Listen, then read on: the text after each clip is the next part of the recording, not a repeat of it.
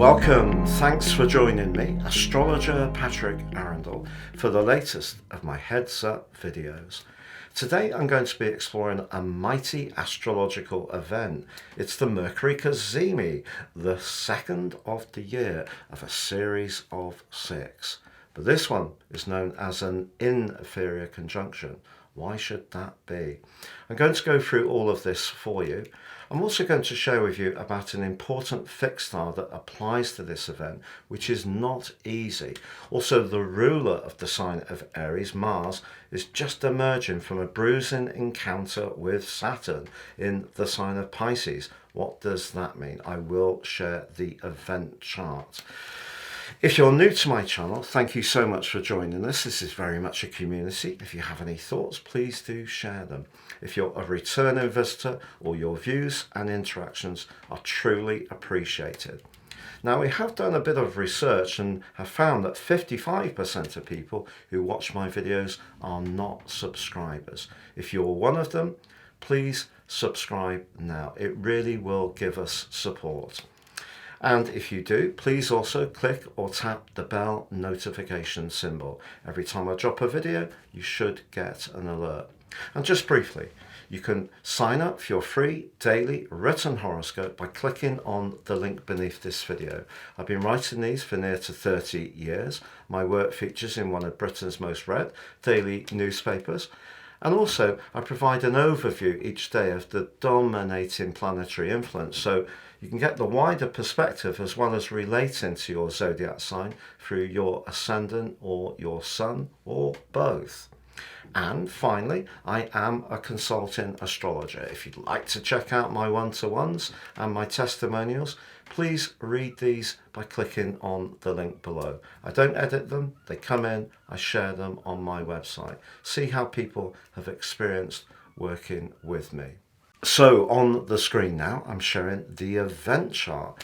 So this Mercury Cazimi, the second of the year of 6, occurs on the 11th of April at 11:02 p.m. Universal and at 22 degrees and 32 minutes. So what is a Cazimi? Well, if you recall, Mercury went into a retrograde on the 1st of April. It's going to end that process on the 25th. And if you'd like to check out my deep dive video and also get your in-depth zodiac forecast for the whole Mercury retrograde period, please click on the link within this video. But what we've got here is the advancing Sun meets the retreating Mercury. And the significance of this is that in terms of the inferior conjunction, it's because of the retrograde, Mercury is this side of the Sun. So we have the Sun, Mercury, then the Earth. When Mercury is not retrograde, it's known as a superior conjunction, and it's on the other side of the Sun. Now, Mercury retrogrades can cause snags, but the Sun's radiance, warmth, can still heat up and power up the energy of Mercury. So what we have is Mercury sits in the heart of the Sun, and that's the concept of Cazimi. It's a traditional astrological phrase. We could say conjunction, and that's perfectly okay. But what we're seeing here is an opportunity to work with the retrograde in a more constructive manner, because the often expressed sentiment is that everything will go wrong with a Mercury retrograde. Professional astrologers prefer to promote the view that it's a great time to fix things, to amend things, to think again. Mercury's about thinking. It's also about speaking and articulating. The sign of Aries is about our identity, but also where we can bring power and passion because it's a fire sign and it's the first zodiac sign of the whole zodiac, so it can be about new beginnings. So if we have tried to do something new and it hasn't quite gone to plan, what we're being asked to do is think again, to amend, to flex, to accept that sometimes we will meet obstacles. In terms of ongoing strands, perhaps it's a time to revisit the things that aren't working so well. In terms of Mercury's rulership of Gemini, which is very quick moving energy, that can be anything to do with technology, devices, short journeys, relationships with neighbours. can also be to do with siblings as well. In terms of the Mercury rulership of Virgo, that's very much to do with precision, but it can also be to do with order. And the sign of Aries can be a little bit impatient. So we can bring the Virgoan energy in and the Gemini energy in. Think quickly, but think with more precision, but also have the determination and thrust of the sign of Aries, which is a very positive thing, which the sun is going to be warming up. So see it as an opportunity. But there is a fixed star applying within 44 minutes of this event, and it's called a Baton Kalos, and this is not an easy fixed star. One of the things it points towards is shipwreck, so it will be interesting to see if there is anything like that that occurs over the next few days. But we may feel a little bit isolated. We could find that our emotional energies are a bit depleted. We could feel a bit low. And it can also point towards accidents. But I just want to make you aware also of the role of Mars, which is the ruler of the sign of Aries, of course, because that's just emerging from a bruising encounter with Saturn, which occurred on the 10th of April.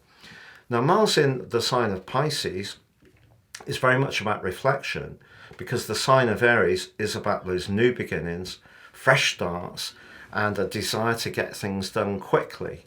So Mars is being conflicted, and that energy does feed into this event. So in a way, the energy of Aries, Mercury, and all the other players in Aries at this time, which of course includes Venus, Chiron, the North Node, as well as the Sun and Mercury, that's about being in the present. But Mars is caught up with dealing with things from the past, or more psychological influences.